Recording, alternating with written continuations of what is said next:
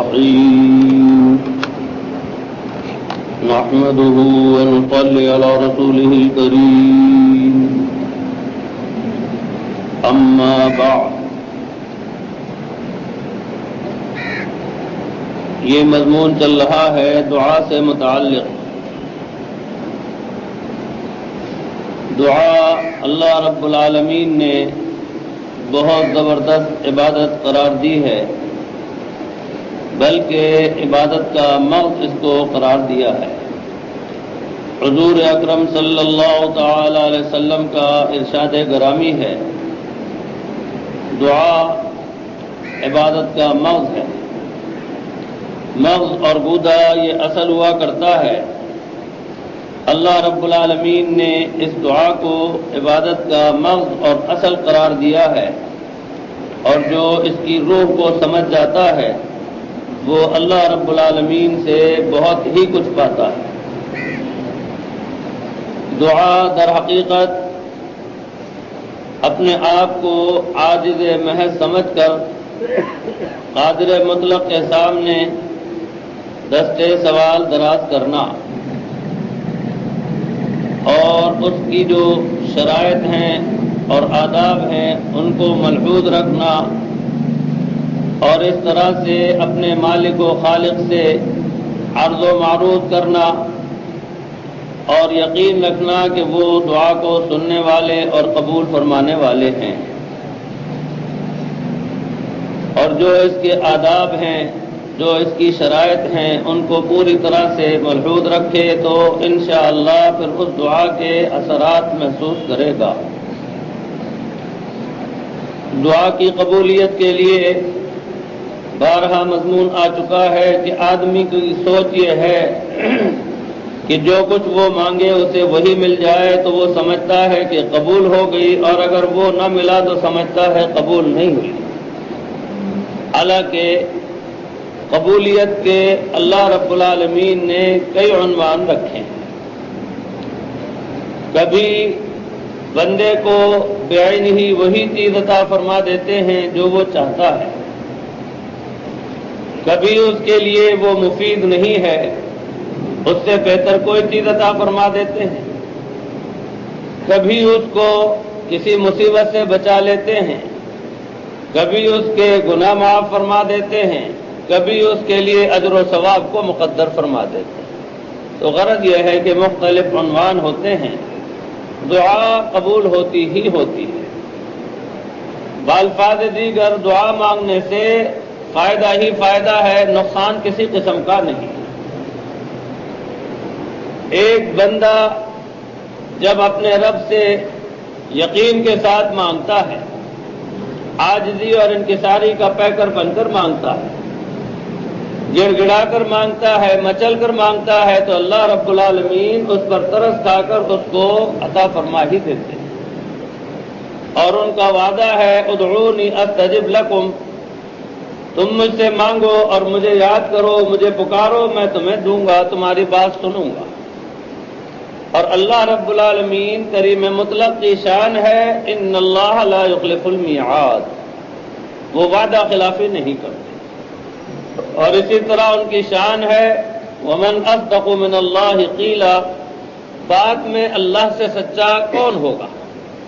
جب انہوں نے فرما دیا ہے کہ میں قبول کرتا ہوں اور سنتا ہوں، تو ایسی صورت میں بندے کو مانگ کر دل میں یہ کھٹکا رکھنا کہ شاید قبول ہوئی یا نہ ہوئی، یہ در حقیقت گستاخی ہے، اور اپنے رب سے بھروسے کو ختم کرنا ہے. اس سے قبل بھی رمضان میں یہ مضمون بہت تفصیل سے عرض کیا جا چکا ہے. ایک عام آدمی اگر کسی بات کا وعدہ کر لے اور وہ آدمی ہے، یعنی انسان ہے، سلیم الطبع ہے، شریف ہے، اخلاق اس کے اندر ہے، تو اس کی بات کا اتنا وزن ہوتا ہے کہ اس نے کسی بات میں وعدہ کر لیا، کام کا کہہ دیا، تو آدمی جو ضرورت لے کر گیا ہے اس کا یقین ہوتا ہے کہ وہ کام اس کا ہو گیا. جس کی مثال یہ ہے کہ ایک شخص درخواست لے کر گیا کسی افسر بالا کے پاس، کسی بھی محکمے کے ذمہ دار آدمی کے پاس، اور انہوں نے درخواست کو دیکھا، پڑھا اور کہا کہ آپ درخواست چھوڑ جائیے اور آپ سمجھ لیجئے کہ آپ کا کام ہو گیا۔ یہ مخلوق ہے، جو حاجت لے کر گیا وہ بھی مخلوق ہے۔ اس پر اتنا یقین ہے کہ جب وہ باہر نکلتا ہے اور پوچھنے والے پوچھتے ہیں کہ بھئی تمہارا کام کا کیا ہوا، تو کہتا ہے میرا کام ہو گیا۔ بھئی کیسے کام ہو گیا؟ کہا جی اس افسر نے کہہ دیا ہے کہ تم سمجھو کہ تمہارا کام ہو گیا، جاؤ۔ اس کی بات پر اتنا یقین۔ اللہ رب العالمین مالک و خالق فرما دیں کہ میں سنتا ہوں، قبول کرتا ہوں، وہاں دل میں خدشہ لانا۔ ہمارے پیر و مرشد عارف اللہ حضرت ڈاکٹر محمد عبداللہ صاحب عارفی رحمۃ اللہ علیہ فرمایا کرتے تھے کہ بہت زبردست گستاخی ہے، اللہ رب العالمین کی بات کا یقین نہیں، جو ہمارے مالک اور خالق ہیں، جن کا وعدہ سچا ہے، جو ضرور بھی ضرور سنتے ہیں، انہوں نے جب خود فرما دیا تو ان کی بات کا اعتبار نہیں کرتے، بہت بڑی گستاخی۔ اس لیے اپنے مالک کی بات پر پورا یقین اور بھروسہ ہے۔ اب مانگنے کے جو آداب ہیں، زبان پاک ہو، اسی طرح سے لقمہ حلال وہ جسم میں جاتا ہو، اور اسی طرح آدمی کا پہننا رہنا یہ چیزیں بھی حلال کی ہوں، اور پھر وہ اللہ رب العالمین سے جائز چیزیں مانگے، محال یا ناممکن کا سوال نہ کرے، ناجائز اور گناہ کا سوال نہ کرے۔ ایسی صورت میں جب وہ اللہ رب العالمین سے یقین اور عزم کے ساتھ مانگتا ہے اور اس میں اپنے آپ کو عبد اور عاجز محض سمجھ کر، محتاج محض سمجھ کر ان کے سامنے ہاتھ پھیلاتا ہے، تو آپ غور فرمائیے کہ عاجزی اور انکساری کا پیکر بن کر اگر کسی انسان کے سامنے بھی گڑ گڑائے گا تو اسے بھی ترس آ جائے گا، یہ جائے کہ اللہ رب العالمین کہ ان سے زیادہ کوئی ترس کھانے والا نہیں۔ میں نے ارحم الراحمین کے متعلق عرض کیا تھا کہ یہ جو آپ اور ہم دعا میں کہتے ہیں برحمتک یا ارحم الراحمین، یا اسی طرح سے دعا کرتے جاتے ہیں کہ اے ارحم الراحمین یہ دے دیجئے، اس طرح فرما دیجئے، مغفرت فرما دیجئے، تو یہ ارحم الراحمین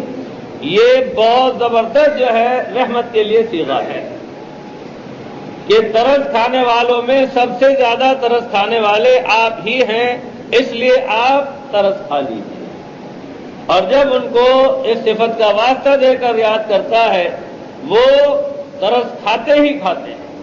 اور دعا کو قبول فرماتے ہیں۔ اسی لیے عرب حضرات بھی جو دعا مانگتے ہیں،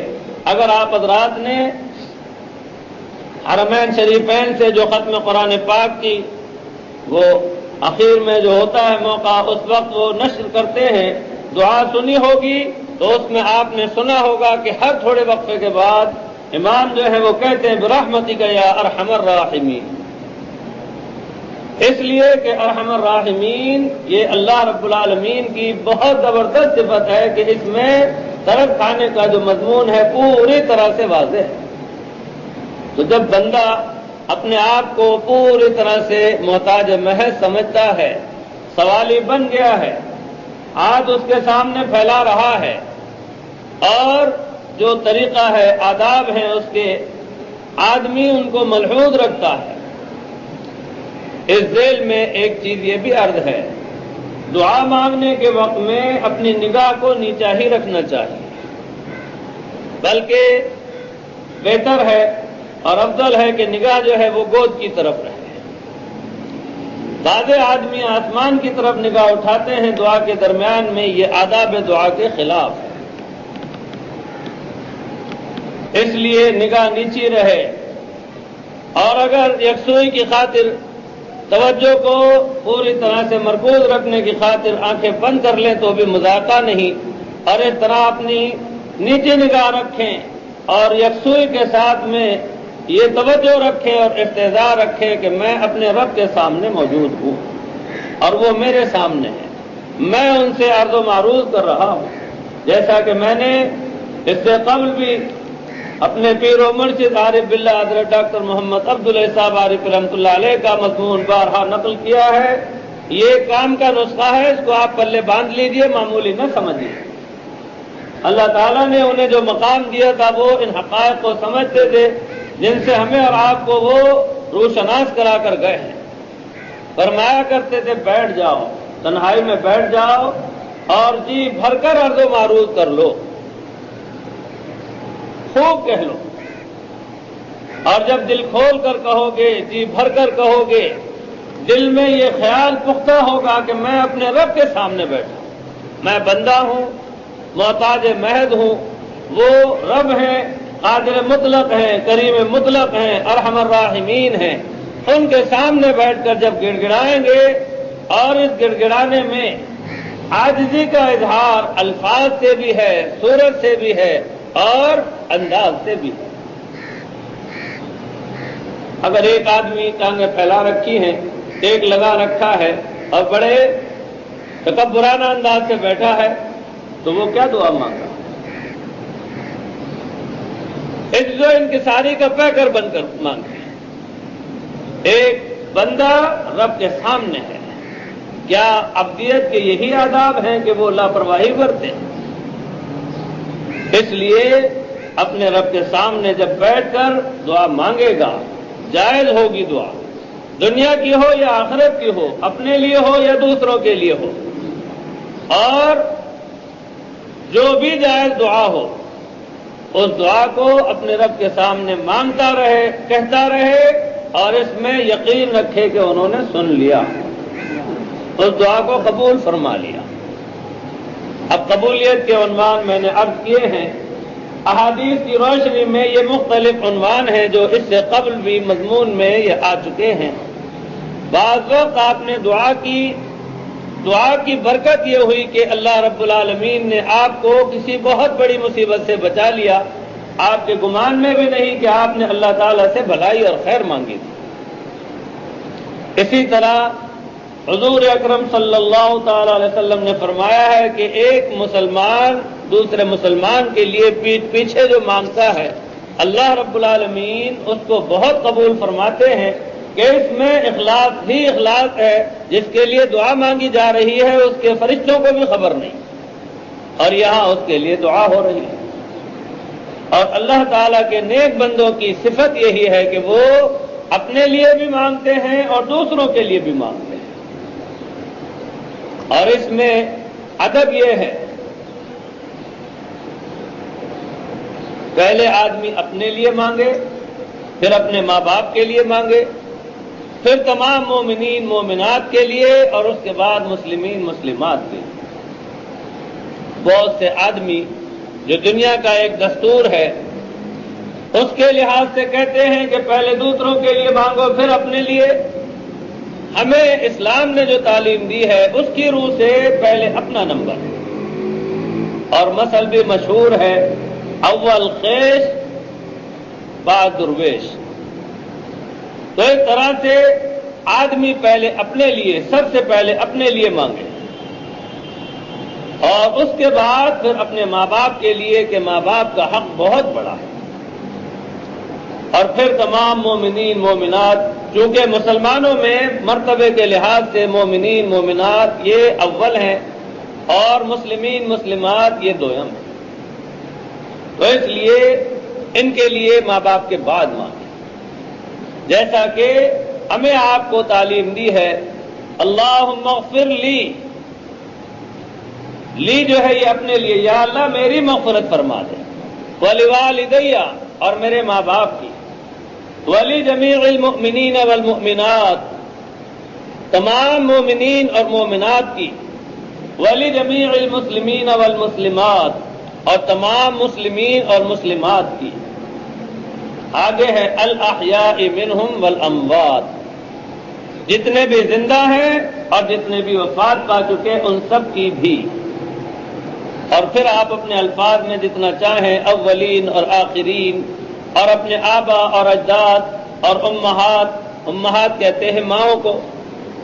ماں میں سب داخل ہو جاتی ہے، نانی پر نانی اور اوپر جتنا ہے دادی اور ان کے اوپر تک، اس طرح سے تو غرض یہ ہے کہ آبا اور اجداد اور اساتذہ، دوست، احباب، آپ تفصیل سے جن کے لیے دعا کرنا چاہیں، جو محسنین ہیں ان کے لیے بھی کریں، اور اس کے علاوہ مومنین مومنات، مسلمین مسلمات، ان کے لیے بھی کریں، اور اسی طرح دین اور دنیا دونوں کی حاجتوں کی اور بھلائی اور خوبی کے لیے دعا کریں۔ دعاؤں میں سب سے زیادہ جو کام آنے والی چیز ہے وہ ہے مغفرت، اور اس سے بھی بڑھ کر اللہ تعالیٰ کی رضا۔ اللہ تعالیٰ سے اس کی رضا مانگا کریں، اللہ تعالیٰ سے مغفرت مانگا کریں کہ گناہوں کو معاف فرما دیں، راضی ہو جائیں، اور اسی کے ساتھ ساتھ دنیا کی جو بھی جائز حاجت ہو اپنے رب سے مانگیں۔ اور جب جذبہ شفقت کا بڑھ جائے گا، محبت غالب ہو جائے گی، اللہ رب العالمین کی جو شان ہے وہی جذبہ اور انداز ہمارے آپ کے اندر پیدا ہو جائے گا، تو جی چاہے گا کہ دوسروں کے لیے بھی دل و جان سے دعا کریں، اور کوئی شخص بھی دعا کے لیے کہے آپ اس کو فوراً دعا دیا کریں۔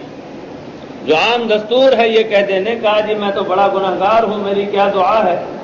آپ تو نیک ہیں، آپ کی دعا قبول ہوتی ہے، آپ دعا کرنا، میں کیا دعا کروں، یہ بھی تعلیمات اسلامی کے خلاف ہے۔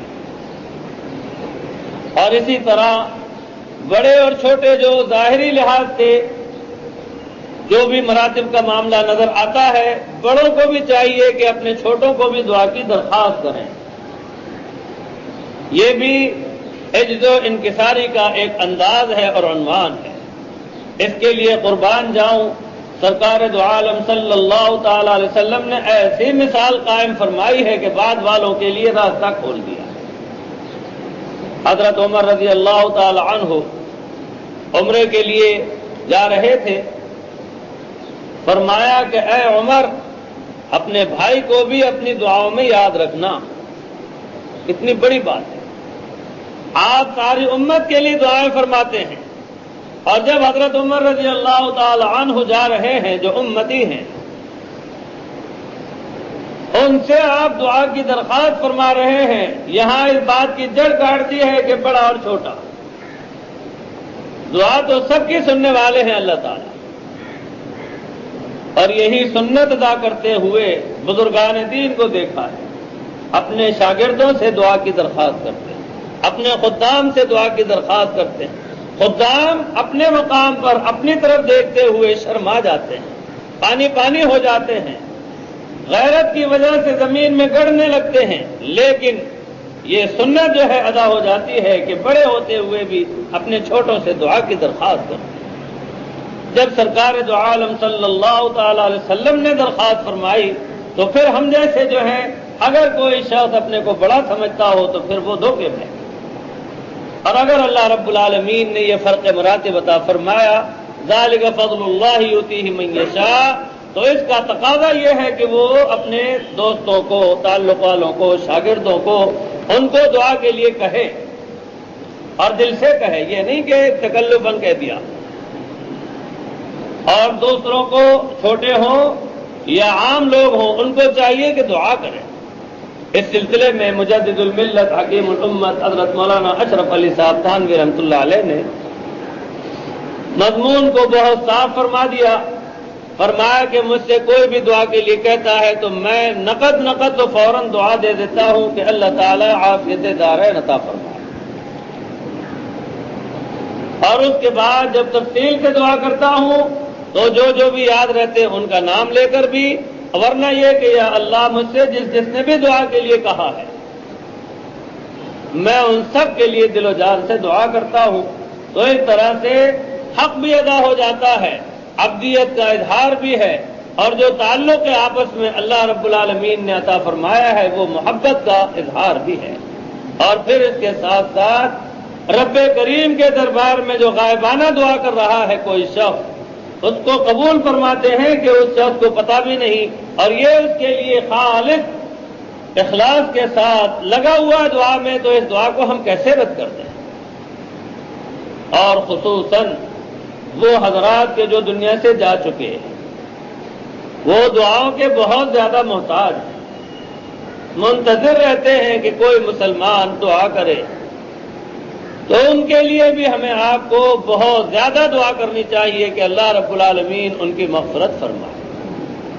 اور بھی تفصیل سے دعا جیسے کہ کیا کرتے ہیں آپ اور ہم کرنی چاہیے، یا اللہ ان کے زندگی میں جتنے بھی قصور ہوئے وہ سب معاف فرما دیجئے، گناہوں سے پاک و صاف فرما دیجئے، ان کی قبروں کو نور سے بھر دیجئے، کشادہ فرما دیجئے، کروٹ کروٹ راحت اور سکون نصیب فرمائیے، اور یا اللہ انہوں نے جتنی بھی نیکیاں کی ہیں ان کو قبول فرما لیجئے، آپ تو بڑے ہی کریم ہیں، ان کے ساتھ کرم کے معاملے فرمائیے اور عذاب قبر سے بچائیے، جہنم کے عذاب سے بچائیے۔ تو غرض یہ ہے کہ اس طرح تفصیل سے بھی دعائیں کریں۔ اور اسی طرح جو اپنے محسنین ہیں، محسنین میں ماں باپ ہیں، ان کے زبردست احسانات ہیں، پروردگار عالم نے ان کا ذکر اپنے ذکر کے ساتھ کیا ہے، ان کے حقوق میں بڑی تاکید فرمائی ہے، جیسا کہ آپ کو اس سے قبل میں رمضان المبارک میں سنا چکا ہوں۔ ماں باپ کے لیے کہ ایسے زبردست یہ محسن ہیں کہ ان کا بدل نہیں ہے،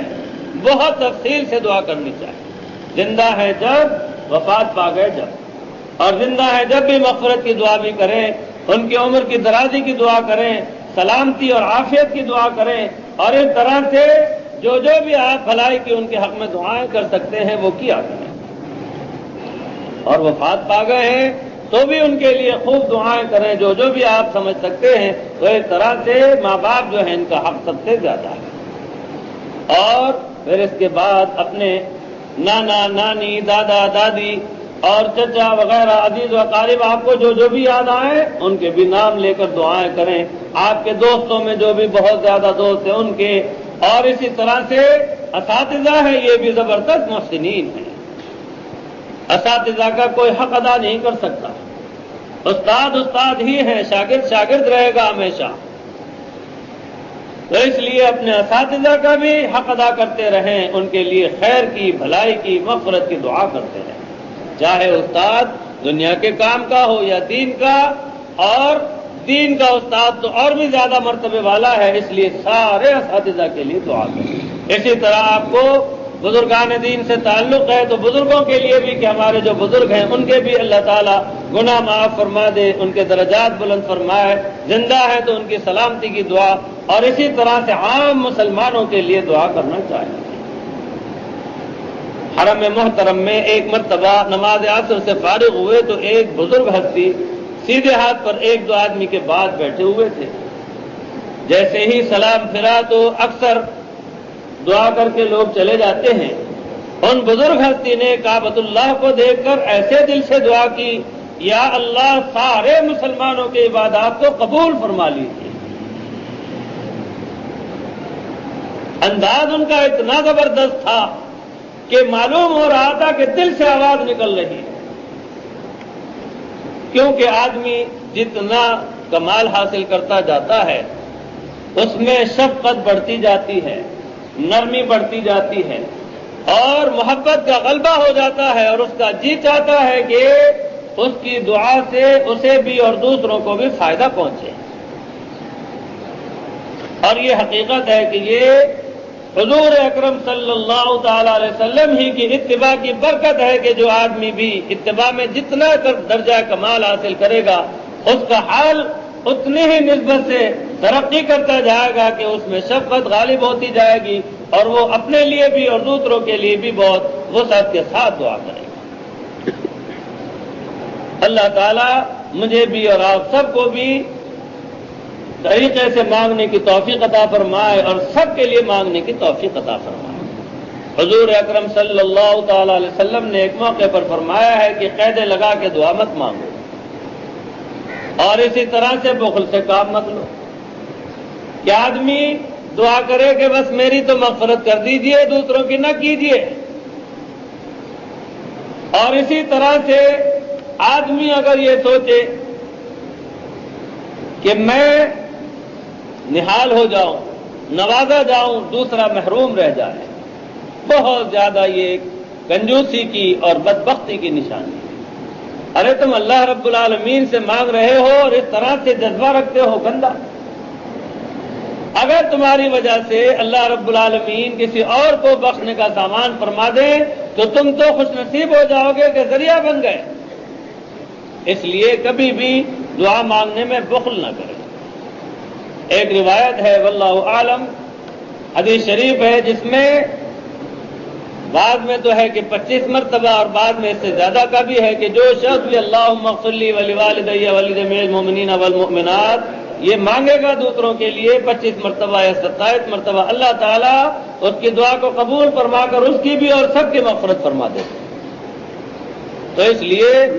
دعائیں جو ہے مانگنی چاہیے. مغفرت کی دعا بہت اہمیت رکھتی ہے. اور اسی طرح سے اللہ تعالیٰ سے رضا مانگنا کہ یا اللہ آپ راضی ہو جائیے. جب اللہ رب العالمین راضی ہو جائیں گے تو کام سارے بن جائیں گے.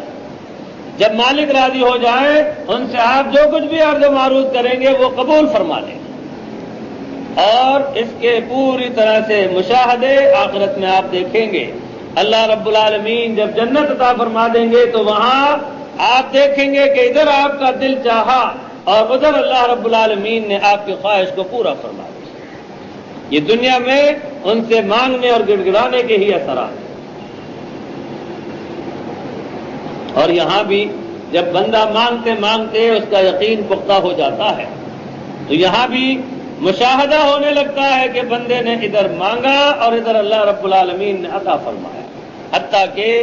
اتنا زبردست جذبہ ہو جاتا ہے کہ بعض وقت ذہن میں خیال پیدا ہوا ہے کسی حاجت کے پورا کرانے کے سلسلے میں، ابھی اس نے سوچا ہی ہے کہ اللہ رب العالمین نے غیب سے اس کے لیے امداد کا سامان اور اس کے انتظامات فرما دیے. اور اس میں بنیادی عنصر ہے وَمَن يَتَّقِ اللَّهَ يَجْعَل لَّهُ مَخْرَجًا وَيَرْزُقْهُ مِنْ حَيْثُ لَا يَحْتَسِبُ. جو شخص بھی تقوی اختیار کرے گا اللہ سے ڈرے گا اور اس پر بھروسہ کرے گا، اللہ رب العالمین اس کے لیے خلاصی کا راستہ پیدا فرمائیں گے اور روزی اسے وہاں سے عطا فرمائیں گے جہاں سے اس کو گمان بھی نہیں. بھائی میرا تو مشاہدہ بہت ہے اور اتنا ہو گیا ہے کہ بے شک اللہ رب العالمین بڑے قریب. اور میں سمجھتا ہوں کہ آپ حضرات کو بھی زندگی میں ایسے سابقے پیش آتے رہتے ہوں گے کہ جس سے یہ ایمان اور یقین اتنا پختہ ہو جاتا ہے کہ بے شک ہمارے رب بڑے کریم ہیں اور ان کی توجہ خاص ہماری طرف ہے کہ ہماری آپ کی ضرورتوں کو وہی پورا فرماتے ہیں. سچے دل سے مانگ کر تو دیکھیں. ہمارے بہت سے دوست احباب بعض مشکلات کا سامنا ہو گیا، سبھی کو ہوتا ہے. گھر میں مثال کے طور پر ولادت ہونے والی ہے، پریشانی کا مرحلہ ہے،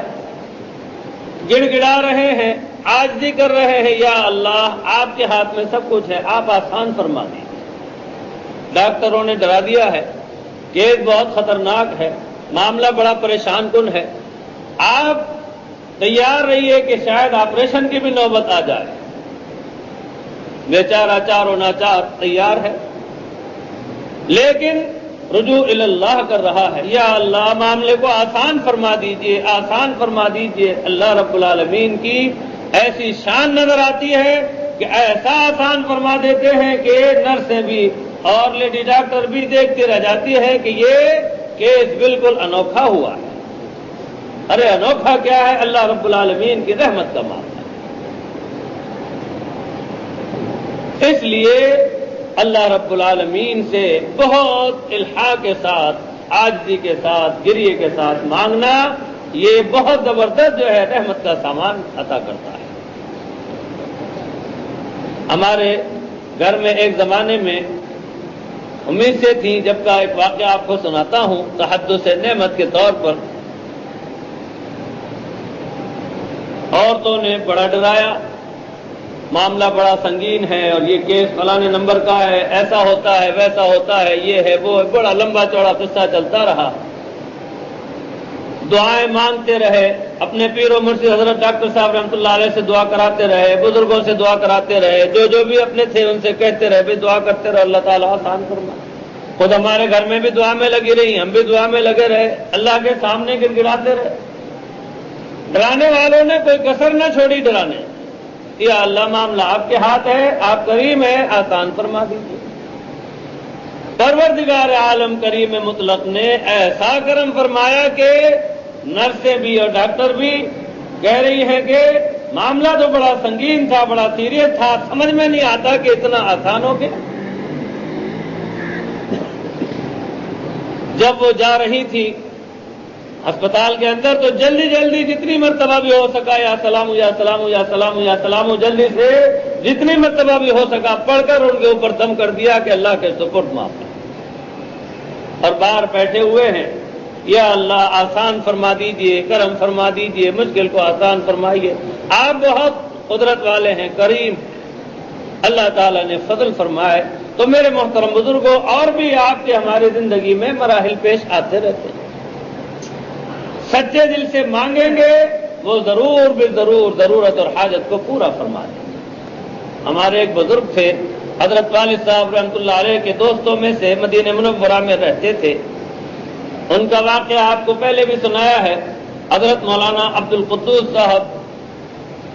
بنگال سے تعلق رکھتے تھے، بہت بزرگوں میں سے تھے۔ شروع میں جب گئے وہ ہجرت کر کے تو بنگالی رباط تھی وہاں، اس میں وہ قیام فرماتے تھے۔ مسجد نبوی میں بیٹھے ہوئے تھے کہ ایک صاحب ان کے پاس آئے اور کہا کہ سلام دعا کرنے کے بعد میں آپ کے نکاح میں اپنی بیٹی دینا چاہتا ہوں۔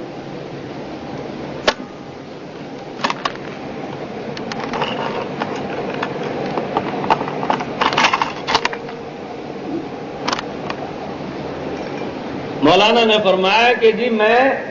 آپ کی بچی سے نکاح کر کے کیا کروں گا، میں تو اکیلا آدمی ہوں، کبھی ملتا ہے کھانے کو کبھی نہیں ملتا، نہ میرا کوئی در ہے نہ میرا کوئی گھر ہے، میں تو اکیلا ہوں، رباط میں رہتا ہوں، مل گیا تو کھا لیا ورنہ فاقہ کر لیا، لہذا آپ مجھے تو معاف فرمائیں، اپنی بیٹی کو کہیں اور دیں۔ چنانچہ انہوں نے کہا کہ نہیں، میں نے طے کر لیا ہے کہ بیٹی آپ ہی کے نکاح میں دوں گا۔ ادھر سے انکار، ادھر سے اقرار اور اصرار، اور بالآخر وہ اصرار جو ہے رنگ لایا کہ انہوں نے اپنی بیٹی جو ہے حضرت مولانا کے نکاح میں دے دی۔ دونوں میاں بیوی اللہ والے، مل جائے تو کھا کر شکر ادا کر لے ورنہ صبر کر لے۔ فرمایا کرتے تھے کہ اس طرح کچھ وقت گزرا اور اس کے بعد اللہ تعالیٰ کا کرم ہوا کہ گھر کا سامان ہو گیا، ایک گھر مل گیا، بچوں کا سلسلہ شروع ہو گیا۔ کہنے لگے کہ ہمارے یہاں بیشتر ایسا ہوتا ہے کہ گھر میں کھانے کو کچھ بھی نہیں، توکلاً علی اللہ بیٹھے ہیں، مہمان آ گئے جان پہچان والے، چلو بھی مولانا کے یہاں ہو کر آئے، ملاقات کر کے آئے، حج کو آئے ہیں، مولانا کے آئے، مولانا نے ان کو اندر بٹھا لیا، مہمان ہیں، 5 ہیں، 10 ہیں، 15 ہیں، 20 ہیں، مختلف ہیں، آنے جانے والے آتے ہیں ملنے، اندر بٹھا لیا اور زنان خانے میں گئے، اہلیہ صاحبہ سے کہتے ہیں کہ اتنے مہمان آ گئے ہیں۔ اہلیہ صاحبہ بھی کتنی پہنچی ہوئی تھی کہ جس کے مہمان ہیں وہ خود ہی فکر کریں گے، ہمیں کیا فکر ہے۔ فرماتے تھے کہ بیٹھے ہیں، باتیں چیتیں کر رہے ہیں، خیر خیریت آپس میں لے رہے ہیں، دے رہے ہیں، ایک دوسرے کی پوچھ رہے ہیں خیریت۔ کچھ دیر گزرتی تھی کہ دستک ہوئی، جا کے جو دیکھتے ہیں تو آدمی کھڑے ہیں، کہتے ہیں مولانا یہ آپ کے لیے خوان لے کر آئے، اور خوان بھی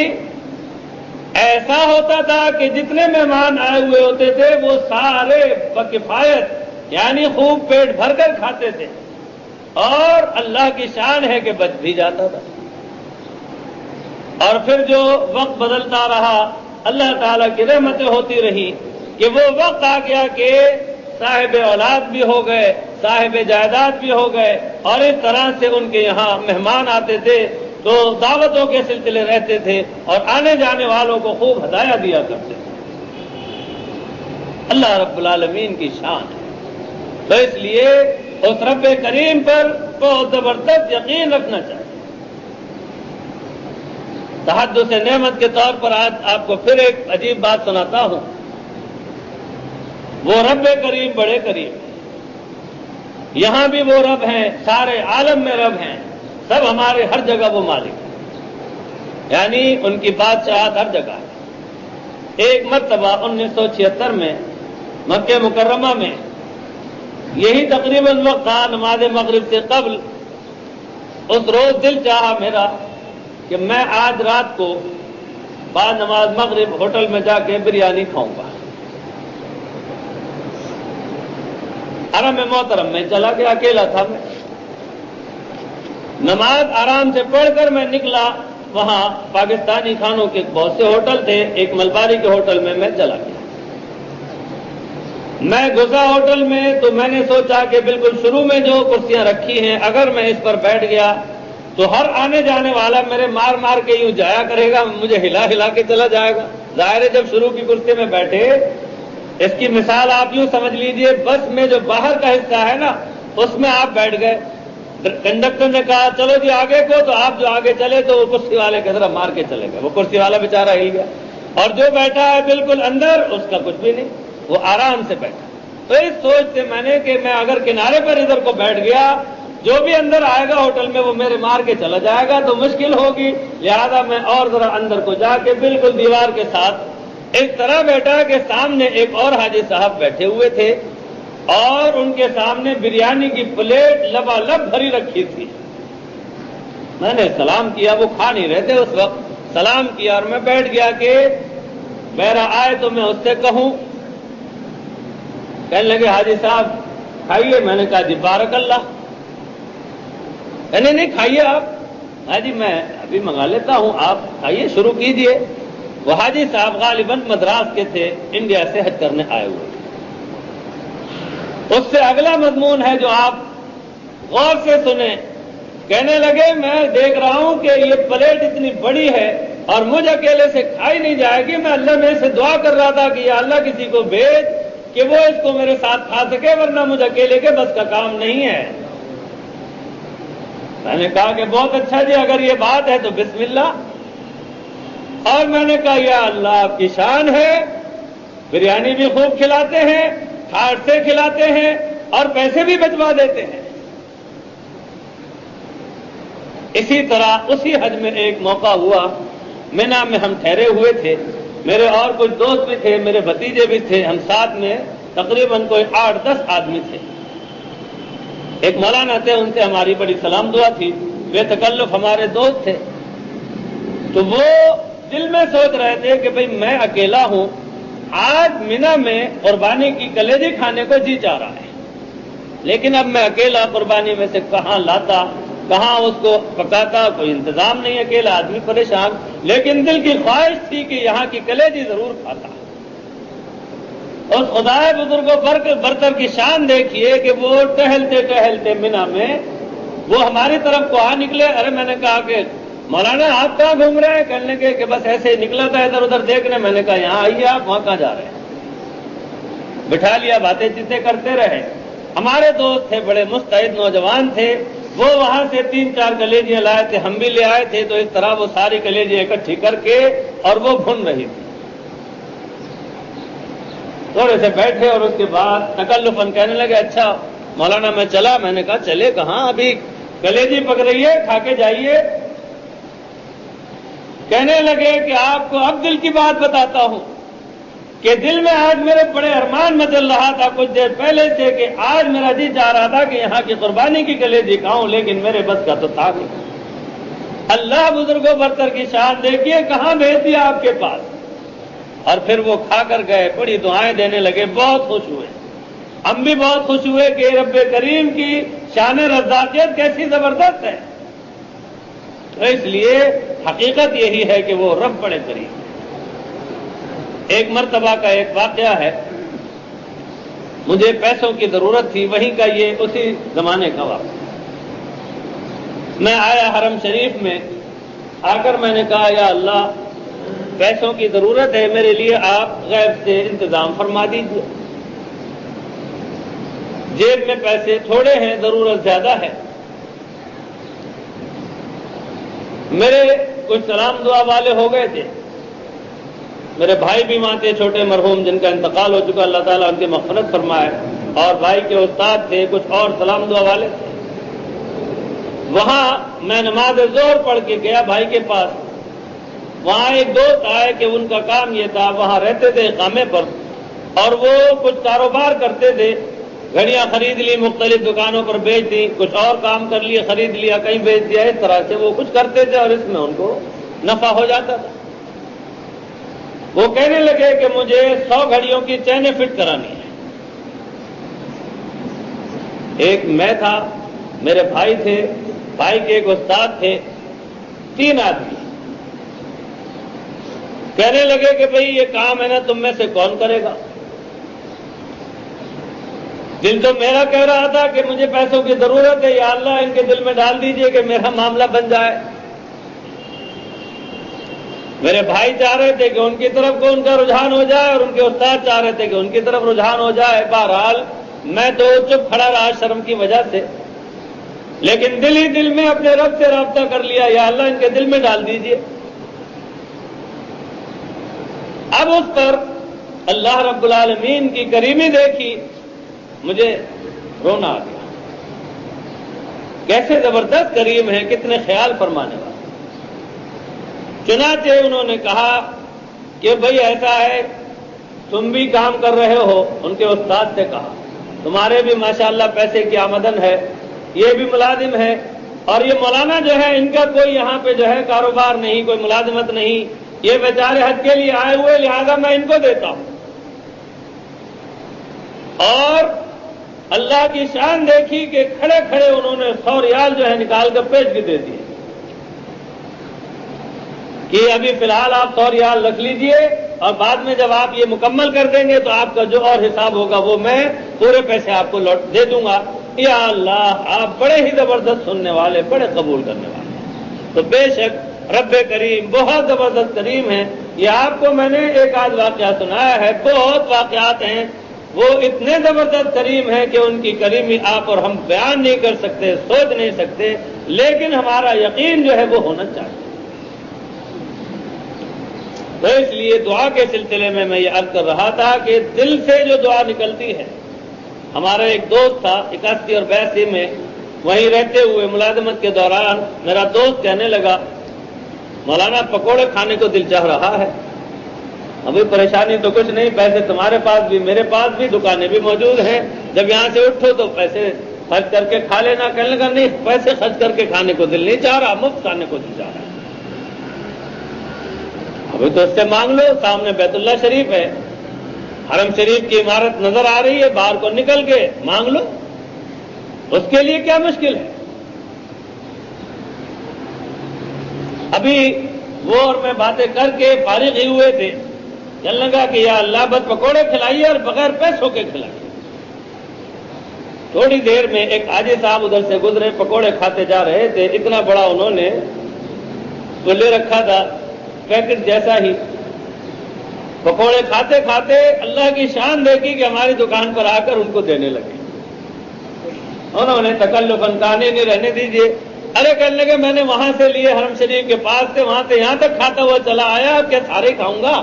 سارے کھا لیے تو چکر لگاتا پھروں گا، بس میں نے کافی کھا لیے، اب یہ آپ کھا لیجیے۔ میں نے کہا دیکھ رہے ہو کیا ہو رہا ہے، ادھر مانگا ادھر مل گیا۔ سچ بات یہ ہے کہ وہ رب کریم بہت زبردست سننے والے ہیں، یہاں بھی ان کے معاملے ایسے ہی ہیں، بس شرط یہ ہے کہ یقین ہو۔ تو اس لیے اللہ رب العالمین کریم مطلق سے مانگنے میں دریغ نہ کریں، لاپرواہی نہ کریں، استغنا نہ برتیں۔ اگر ہم مستغنی بن گئے اور لاپرواہی برتی اور ڈھنگ سے نہ مانگا تو اللہ رب العالمین ناراض ہو، انہیں غصہ آئے گا کہ یہ ہم سے استغنا برت رہا ہے ہمارا سراپا محتاج اور استغنا برتتا ہے، اس لیے استغنا کی گنجائش نہیں۔ محتاجگی کا پیکر بن جائے، اور ہم تو اس کے بھکاری ہیں، تو بھکاری بن کر جب مانگیں گے، آپ نے دیکھا ہے بھکاری کتنے عاجزی سے مانگتا ہے، ہم تو اپنے رب کے سامنے بھکاری بنیں گے تو بہت زیادہ عاجزی کی ضرورت ہے۔ اسی لیے حدیث شریف میں آتا ہے کہ رونا آ جائے تو بہت ہی اچھا ہے، اور اگر رونا نہ آئے تو رونے والوں کی سی شکل بنا لو۔ رونی صورت پر بھی اللہ تعالیٰ کو بہت ترس آتا ہے، اور میں نے دیکھا ہے، آپ بھی دیکھتے ہیں، اللہ رب العالمین بڑے قریب ہیں۔ آپ اور ہم جو دعائیں مانگتے ہیں، اس قدر نظر آتا ہے کہ ادھر دعا مانگی اور ادھر جو ہے اللہ رب العالمین کی رحمت کا معاملہ ہو جاتا ہے۔ ایک مرتبہ کا ایک واقعہ سناتا ہوں، حضرت مولانا احتشام الحق صاحب خانوی رحمۃ اللہ علیہ کے یہاں کا رمضان میں جو ختم قرآن ہوتا ہے تو وہاں دعا جو ہوتی ہے سبھی جانتے ہیں۔ ایک شخص تھا کہ مولانا کا بہت سخت مخالف تھا، ایک شخص تھا بہت عاشق تھا۔ ختم قرآن کے موقع پر مخالف سے موافق نے کہا، عاشق نے کہا کہ چلو بھائی میں جا رہا ہوں مولانا کے یہاں، تم بھی چل رہے ہو، دعا میں شریک ہو رہے ہیں۔ تو انہوں نے کہا ارے میاں وہاں کیا رکھا ہے، وہ لوگ تو ایسے ہیں۔ انہوں نے کہا نہیں تم چلو، دعا میں شریک ہونا، پھر دیکھنا تم کہ اللہ تعالیٰ کے کیسے نیک اور محبوب بندے ہیں۔ بار کہہ انہوں نے انہیں آمادہ کر لیا، کہنے لگے کہ میری 3 حاجتیں ہیں، اگر وہ پوری ہو گئی تو میں سمجھوں گا کہ یہ اللہ والے ہیں اور اچھے لوگ ہیں اور حق پر ہیں، اور اگر نہیں پوری ہوئی تو سمجھوں گا کہ یہ باطل والے ہیں۔ من جملہ ان کے ایک تو غالباً حج کی تھی، ایک اولاد کی تھی کہ مدتوں سے ان کے یہاں اولاد نہیں ہوئی تھی، اور ایک دعا کوئی اور تھی۔ وہ بتایا انہوں نے کہ میری 3 حاجتیں ہیں، چلتا ہوں۔ وہاں آئے، مجمع جو ہے سب کو معلوم ہے کتنا ہوتا ہے، گڑ گڑا کر روتے ہیں۔ ختم قرآن کے مبارک موقع پر ویسے بھی دعائیں بہت قبول ہوتی ہے، اللہ کی خاص رحمت برس۔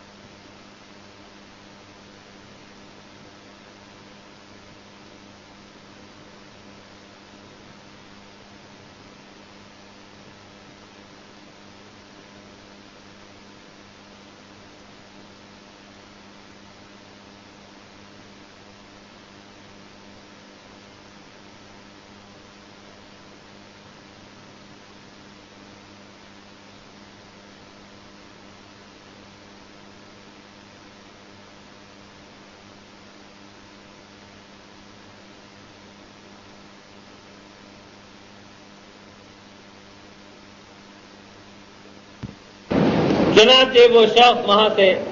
مولانا کے یہاں آئے، شریک ہوئے دعا میں،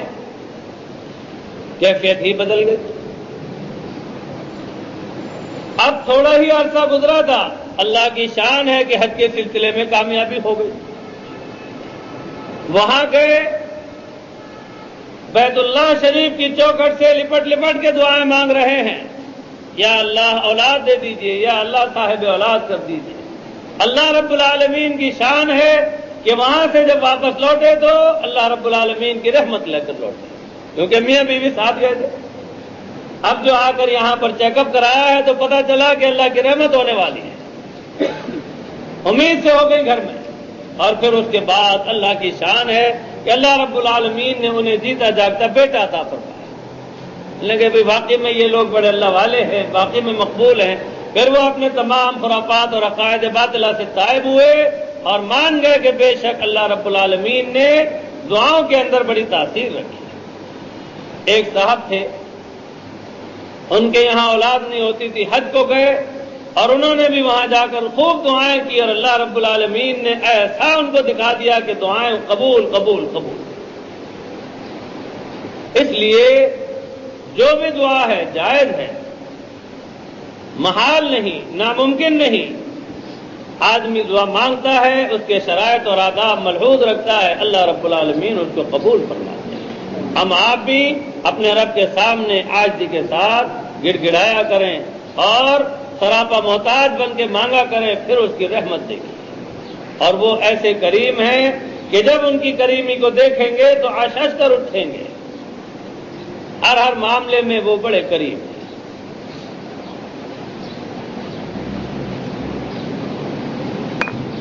تھوڑا سا مضمون سن لیجئے پھر دعا کریں گے۔ فرماتے ہیں حضرت حسن بصری رحمۃ اللہ علیہ حضرت ابو عثمان نہدی رحمۃ اللہ علیہ کی بیمار پرسی کے لیے تشریف لے گئے۔ کسی نے کہا ابو عثمان اللہ تعالی سے دعا کیجئے، کیونکہ مریض کی دعا کے بارے میں جو کچھ فرمایا گیا ہے وہ آپ کو معلوم ہے۔ مریض کی دعا کو اللہ تعالیٰ قبول فرماتے ہیں۔ ابھی نہیں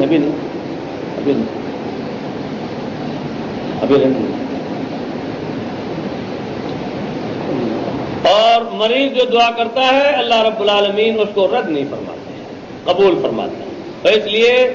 مریض جو ہے اس کے لیے دوسرے جو دعا کرتے ہیں وہ قبول فرماتے ہیں، اور مریض جو دوسروں کے لیے دعا کرتا ہے اللہ تعالیٰ اس کو بھی قبول فرماتے ہیں۔ مریض کا ایک درجے میں اللہ تعالیٰ سے تعلق بڑھ جاتا ہے۔ فرماتے ہیں حضرت حسن بصری رحمۃ اللہ علیہ فرماتے ہیں کہ اس پر ابو عثمان رحمۃ اللہ علیہ نے اللہ تعالیٰ کی حمد و ثنا کی، کتاب اللہ کی متعدد آیات پڑھی،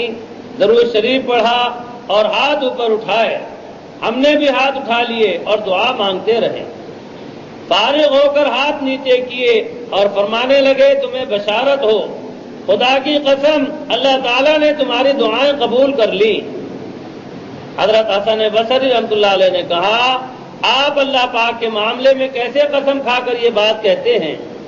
وہ فرمانے لگے کیوں نہیں اے حسن، جب تو کوئی بات مجھ سے کہتا ہے تو میں تجھے سچا یقین کرتا ہوں، تو اللہ جب ادعونی استجب لکم فرمائے تو کیسے انہیں سچا نہ مانوں؟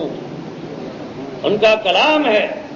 اس پر یقین ہے۔ آپ جب مجھ سے بات کرتے ہیں تو میں اس کو سچا مانتا ہوں، تو کیا میں اپنے رب کریم کی بات کو سچا نہ مانوں؟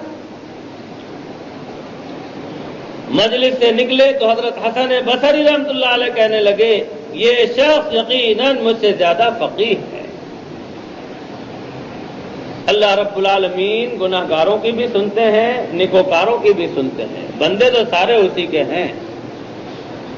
گناہ گار ہیں تو اپنی جگہ آپ اللہ کے گناہ گار ہیں، اس سے معافی مانگ لیں،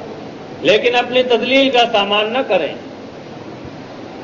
اسی لیے میں نے عرض کیا ہے کہ اگر کوئی آپ سے دعا کے لیے کہے آپ دعا کر دیا کریں کہ آپ بھی اللہ کے بندے ہیں۔ آپ کو کسی نے کہا تو یہ حق ہو گیا، اور کچھ بھی نہیں آتا تو آپ بھلائی کی دعا کر دیا کریں اس کے لیے کہ اللہ تعالیٰ آپ کو عافیت نصیب فرمائے۔ بعض حضرات ہیں کہ ان کو دعا دینی بھی نہیں آتی بیچاروں کو، تو وہ کہتے ہیں اللہ تعالیٰ آپ کو ایمان نصیب کرے۔ ہمارے ایک بہت پرانے نمازی تھے، ان کو میں سمجھا کر تھک گیا تھا۔ اب بھائی اللہ تعالیٰ کا شکر ہے کہ الحمدللہ ایمان کی دولت ملی ہے، نصیب ہے، اور وہ برابر جب ملتے تھے اللہ تعالیٰ آپ کو ایمان نصیب کرے۔ بھائی آپ کو کتنا سمجھایا لیکن آپ جو ہے اپنی جگہ سے ٹس سے مس نہیں ہوتے۔ کیا کافر سمجھتے ہیں؟ اللہ کا شکر ہے کہ اس نے ایمان کی دولت عطا فرمائی ہے۔ آپ اس کے علاوہ استقامت کی دعا فرمائیں، بے شک درست ہے۔ اسی طرح سے عافیت کی دعا فرمائیں، درست ہے۔ یہ کیا کہ آپ ایمان کے لیے کہتے ہیں کہ آپ کو نصیب کرے، تو اس لیے دعا دے دیا کریں، بھلائی کی دعا دیا کریں۔ اسی طرح کوئی شخص اگر خاص بات کے لیے دعا کرانا چاہے، آپ اسی کے مضمون کے مناسب اس کو دعا دے دیا کریں۔ کسی نے کہا کہ بھئی بیمار ہوں دعا کر دیجیے، آپ دعا کر دیا کریں یا اللہ اس کو شفا عطا فرما دی۔ ہمارے حضرت خان رحمۃ اللہ علیہ کا ایسا پیارا انداز تھا، فرمایا کرتے تھے دل سے دعا کرتا، اور یہ حقیقت ہے کہ بزرگوں کو بہت زبردست جو ہے شفقت ہوتی ہے، اور وہ دل سے ہی دعا ہوتی ہے اور اللہ کے یہاں بہت قبول ہوتی ہے، زبان سے بھی ہو گئی اور دل سے بھی ہو گئی۔ تو اس لیے اور بعض وقت بہت ہی زیادہ معاملہ اونچا ہوتا تھا، دل و جان سے دعا کرتا۔ ہمارے حضرت والا رحمۃ اللہ علیہ بھی اپنے خطوط میں اپنے تعلقاتوں کو بہتوں کو لکھا کرتے تھے، دل و جان سے دعا کرتا۔ تو اس لیے ہمیں آپ کو بھی دعائیں کرنی چاہیے اور سب کے لیے کرنی چاہیے۔ اس مضمون کو آج یہیں ختم کرتا ہوں۔ گزشتہ جمعے کو آپ کو ایک مضمون سنایا تھا، رمضان سے بازار سے متعلق آپ نے سنا تھا، اس سلسلے میں ایک روایت یہاں پر آئی ہے، بہت زبردست ہے، اس کو میں اس روز بھی میں نے عرض کیا تھا کہ آپ کو سنا دوں گا جو حضرات موجود تھے۔ یہ روایت جو ہے اس کے اندر بڑی زبردست فضیلت بیان کی ہے اس چوتھے کلمے کی۔ یہ روایت آپ کو سناتا ہوں، پلے سے باندھ لیجئے اور فائدہ اٹھائیے۔ اس وقت میں نے عرض کیا تھا کہ عام روایت میں 1 لاکھ کا تذکرہ ہے اور بعض روایتوں میں 5 لاکھ کا ہے، لیکن یہاں جو روایت ہے وہ اس سے بھی زیادہ کی ہے، اس لیے اس روایت کو سن لیجئے اور اس کو یاد کر لیجئے۔ فرماتے ہیں حضرت سالم ابن عبداللہ کہ بھائی اپنے دادا حضرت عمر رضی اللہ تعالی عنہ سے حضور افضل صلی اللہ تعالی علیہ وسلم کا یہ ارشاد مبارک نقل کرتے تھے کہ جو کوئی بازار میں داخل ہو کر لا الہ الا اللہ وحدہ لا شریک لہ لہ الملک ولہ الحمد یحیی ویمیت وہو حی لا یموت بیدہ الخیر وہو علی کل شیء قدیر پڑھتا ہے تو اللہ تعالیٰ اس کے لیے 10 لاکھ نیکیاں لکھتے ہیں اور 10 لاکھ برائیاں مٹا دیتے ہیں اور 10 لاکھ درجے بلند فرماتے ہیں۔ حضرت محمد ابن واسع رحمۃ اللہ علیہ کہتے ہیں کہ پھر میں خراسان آیا اور حضرت قتیبہ ابن مسلم رحمۃ اللہ علیہ سے ملاقات ہوئی تو میں نے کہا کہ تیرے لیے ایک تحفہ لایا ہوں اور یہ حدیث سنائی۔ بس پھر کیا تھا، حضرت قتیبہ روزانہ اپنی سواری پر سوار ہو کر بازار آتے اور یہ کلمات پڑھ کر واپس ہو جاتے۔ یاد کر لیجئے ان کلمات کو، اتنی بڑی سعادت ہے کہ 10 لاکھ کا معاملہ ہے، اس لیے اس ثواب کو لوٹے جائیے اور اس طرح سے جب بازار میں جائیں جب یہ دعا پڑھ لیا کریں، انشاءاللہ اس دعا کی برکت سے یہ چوتھا کلمہ ہے، آپ شر سے اور تمام پریشانیوں سے محفوظ رہیں گے، اللہ کی رحمت رہے گی اور اتنے بڑے اجر و ثواب ملیں گے، 10 لاکھ نیکیاں ملیں گی، 10 لاکھ درجے بلند ہوں گے، 10 لاکھ گناہ معاف ہوں گے۔ دعا فرما لیجیے، اے الہ العالمین اپنا کرم فرمائیے، ہمیں خوب مانگنے کی توفیق عطا فرمائیے، ہم آپ کے بندے ہیں، آپ ہمارے رب ہیں، اے اللہ عاجزی اور انکساری کے ساتھ اخلاص کے ساتھ یا اللہ مانگنے کی توفیق عطا فرمائیے، آپ ہمارے رب ہیں،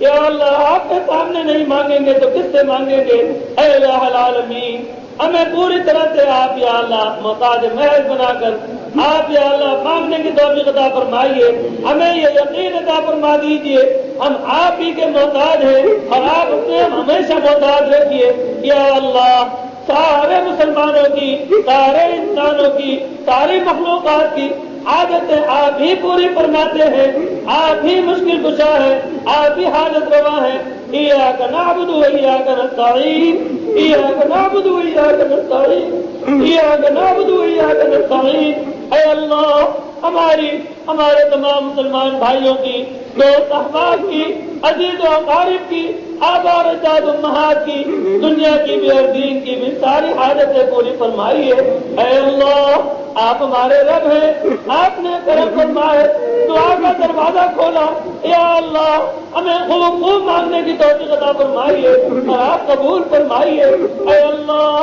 میری مغفرت فرما دیجیے، یا اللہ میرے سارے گناہ چھوٹے ہوں یا بڑے جان کر کیے بھول کر سارے معاف فرما دیجیے، میرے ماں باپ کی مغفرت فرما دیجیے، یا اللہ میرے بھائی مرحوم کی مغفرت فرمائیے، یا اللہ میری بہنوں اور بھائیوں کی، بیوی اور بچوں کی،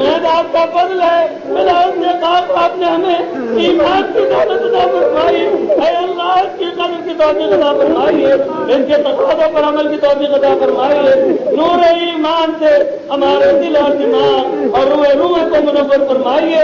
اے اللہ یہاں بھی روشنی عطا فرمائیے، برزخ میں بھی روشنی عطا فرمائیے، آخرت میں بھی روشنی عطا فرمائیے، اے الہ العالمین گناہ تو ہم سے ساری امت سے چھڑا دیجیے، نیکیاں ہی نیکیاں کرا لیجیے، اس امت پر رحم فرما دیجیے، سڑک پا لیجیے، صراط مستقیم پر لگا دیجیے، اے اللہ یہ حضور کی امت ہے، آپ طرف فرمائیے، گناہ آلود زندگی سے نکال دیجیے، اے اللہ محبت کا معاملہ فرمائیے، اپنا محبوب بنا لیجیے، اپنے محبوب صلی اللہ علیہ وسلم کا محبوب بنا لیجیے، اے الہ العالمین حضور اکرم صلی اللہ تعالی علیہ وسلم کی معیت اور رفاقت نصیب فرمائیے، آپ کے جھنڈے کے نیچے سے عطا فرمائیے، آپ کی شفاعت نصیب فرمائیے، آپ کے حوض کوثر سے خوب سیراب فرمائیے، قیامت کے ہولناکیوں سے بچا لیجیے، ان فراز سے گزرنا آسان فرمائیے، اے اللہ اپنا کرم فرمائیے، اپنے حفاظت میں لے لیجیے، ہم بہت گھبراتے ہیں، اے اللہ گھبراہٹ سے بچائیے، اور یا اللہ بغیر حساب کتاب کے جنت میں داخل فرمائیے، جنت کی تمام نعمت عطا فرمائیے، سب سے بڑی نعمت اپنا دیدار ہمیشہ نصیب فرمائیے، اے الہ العالمین جہنم کی آگ سے قبر کے عذاب سے دنیا کے یا اللہ بچا لیجیے، اے اللہ بچا لیجیے، اے اللہ بچا لیجیے، اپنی حفاظت میں لے لیجیے، اے اللہ جہنم کی آگ کو ہم پر سارے مسلمانوں پر حرام فرما دیجیے، اے اللہ آپ کی رحمت نازل فرمائیے، طلاق کی عطا فرمائیے، اپنی رضا نصیب فرمائیے، اے اللہ ہم آپ کے بندے ہیں، یا اللہ ہمیشہ زندگی کی توفیق عطا فرمائیے، یا اللہ ہماری حاجتیں اور مرادیں آپ سب جانتے ہیں، ہماری سب کی حاجتوں کو مرادوں کو ضرورتوں کو پورا فرما دیجیے،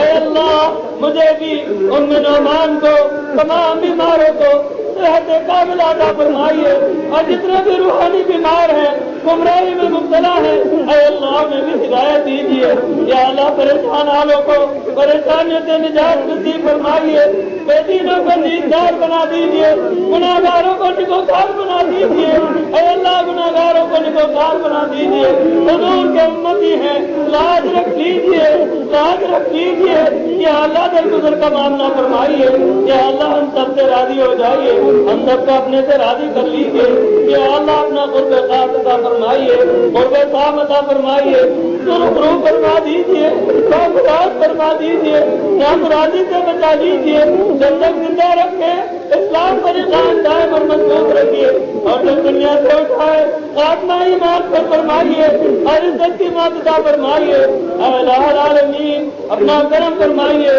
ہمارا پڑھنا سننا عبادات اور طاعات اور دعائیں اور اپنے دربار کی حاضری قبول فرما لیجیے، سمعنا واطعنا غفرانك ربنا وإليك المصير،